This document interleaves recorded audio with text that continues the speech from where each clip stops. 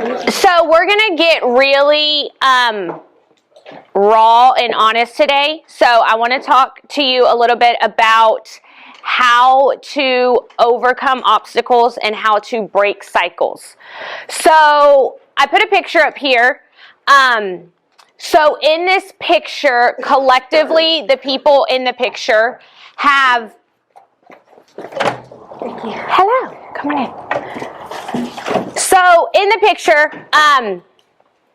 these people collectively have spent about 10 years in prison. They collectively have probably more than I can count on my hands, numerous addictions. One of them is actually no longer alive because he died from cirrhosis of the liver, which comes from alcoholism. Okay? So in this picture, the people that you see have not even overcome because they're still struggling with it, have gone through probably the worst of the worst. And the people in that picture are my parents and my brother. And then there's me. Okay? So when you look at this picture, you probably see, I mean, obviously it's the 90s, so ignore our style. I don't look the same anymore.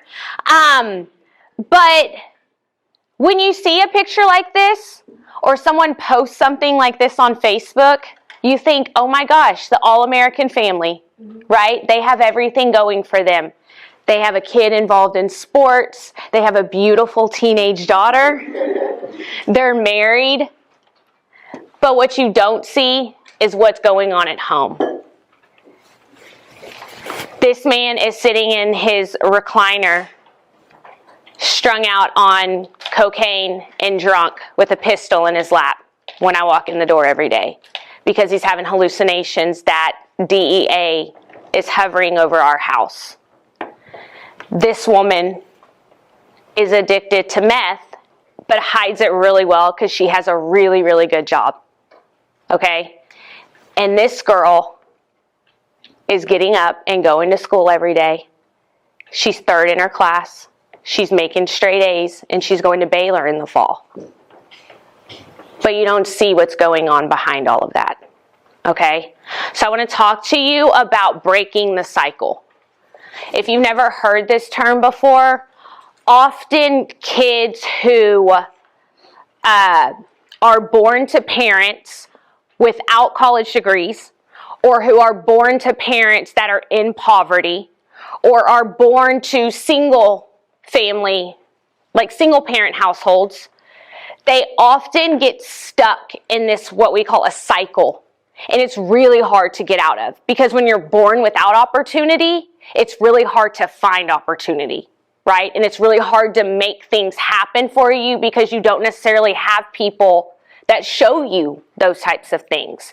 So I want to talk to you a little bit about how I've been able to overcome obstacles and how I was able to go from a home where my dad was on drugs and my mom was on drugs and my brother was on drugs and we're still on drugs when I was in college. I want to talk to you about how I overcame those types of things and became who I am today, which is someone who will walk across the stage on Friday night with my doctorate. All right? So, and I'm going to try and do this without crying, because I'm a crier. So, y'all tell me if my lashes get loose. All right. So, when we think about how to become successful, there are a lot of steps and a lot of things along the way. And success looks different for everyone, right? One person's success might be defined differently than another person's success. But here are some of the things I've learned that have helped me along the way. The first one is you have to seek out help from people who are better than you, who have expertise or who have knowledge in the area that you want to be more knowledgeable in. So I knew when I got into education that I wanted to be an administrator, right? I was at schools where I saw administrators around me and they sucked. They were terrible. And I was like, how did that person become a principal of a high school?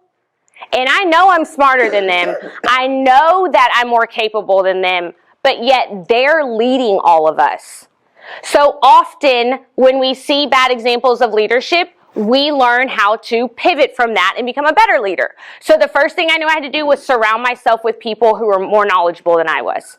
So I went and sought out those people. I went and sought out previous administrators. I went and sought out more experienced teachers. I went and sought out people who had the leadership skills and abilities that I wanted.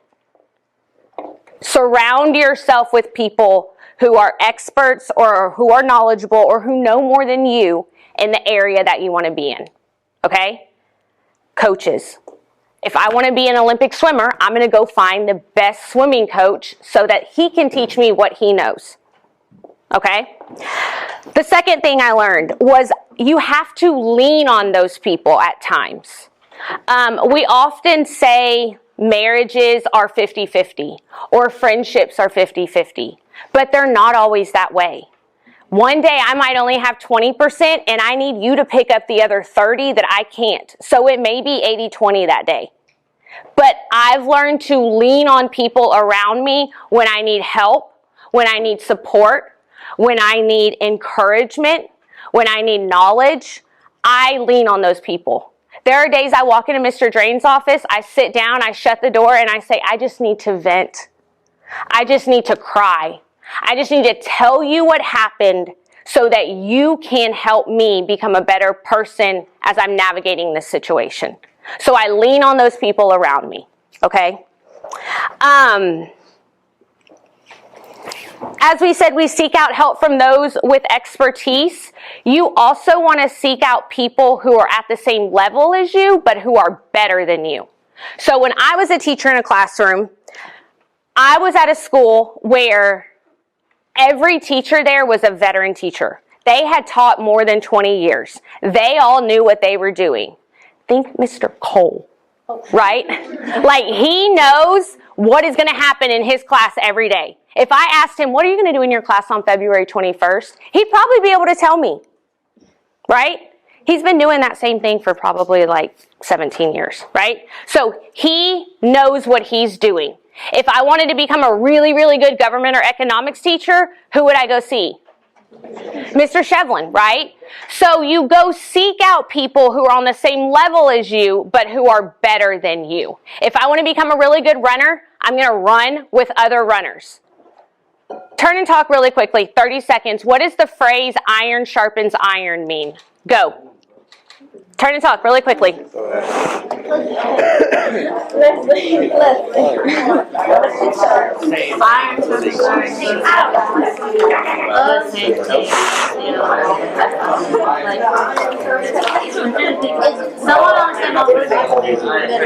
like, all right. So close up those conversations in 3, 2, 1. Thank you. So what does that phrase mean to you? Ariana, y'all said something really good. Maybe it was Cheyenne. What does that phrase mean? that like someone who's the same as you but is like can help you be better. Right. If I want to get in shape, I'm going to have a gym accountability buddy. Right? So surround yourself with those who are on the same level but who are better than you, and then go seek out the experts to help you. Okay. So the last thing that I really had to learn to accept and learn to deal with is struggle and failure and obstacles. If you haven't experienced struggles or obstacles, is success really success? Are you a champion if you haven't had to go through some adversity? Everyone who has accomplished what they want, who has accomplished a goal, has gone through some type of adversity or struggle. And if you're winning without that, it's not truly winning. It's just finishing something, right? Because you haven't had to overcome anything to get there. So in order to become a successful leader, my number one quality that I look for in a leader is service, in a servant heart. I look for someone who doesn't want their own accolades, who doesn't want recognition for themselves, but instead knows that their success is built on the shoulders of those that they surround themselves with, those experts, those peers, those colleagues who are going to push you to be a better version of yourself every single day. And if you're not surrounding yourself with those type of people, you're not going to be successful, because all they're doing is bringing you down and not lifting you up. So really think about that when you think about who you spend your time with and how you spend your time. I want to show you this video really quickly. I saw this video a couple of years ago, and it really made me think about the idea that even if you don't know how to do something, hard work, determination can get you there. So think about that, and then we'll debrief. So I want you to think about Gerald. As he said, he could have probably made any sport in his school, but he chose the one that he didn't know how to do so that he could learn, so that he could push himself, and so that he could fail in order to have success. I want to say that again.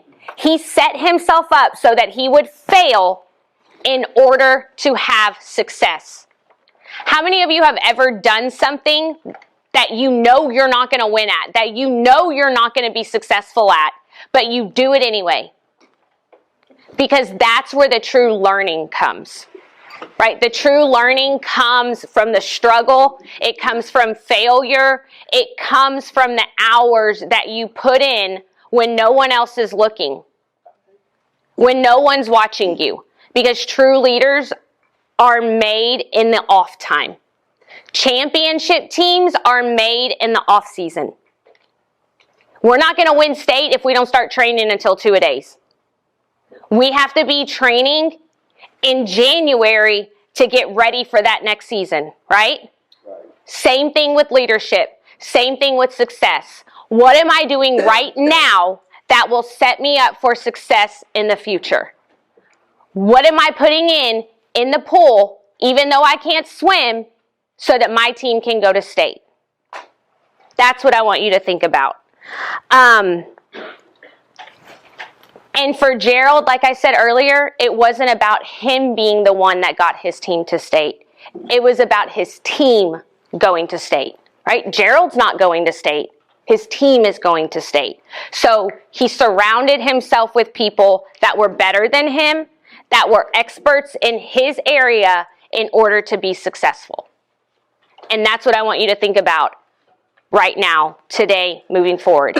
How are you surrounding yourself with people who will push you, who will grow you, who will make you be a better version of yourself? And if that's not who you're surrounding yourself with, you need to get some new people. Get you some new friends. Get you some new friends. Get you some friends to teach you how to swim. Get you some friends that will go to the pool with you and teach you how to swim. Okay? I want to wrap up with this. I need to teach you how to swim. If you have never heard the term change agent, a change agent is someone who wants to make change on a large-scale basis, who wants to go in and effectively shift cultures or societies. And my wish for each of you is that you somehow become a change agent in whatever field you decide to go into. That you go into that field, you use the skills that you have honed over the years, you use that knowledge of the people that you've surrounded yourself with, and you make a place better by changing it in a positive way. Okay? Yes, ma'am. Any questions? No, Dr. Stein. All right. Thank y'all for listening today. Thank you for being here.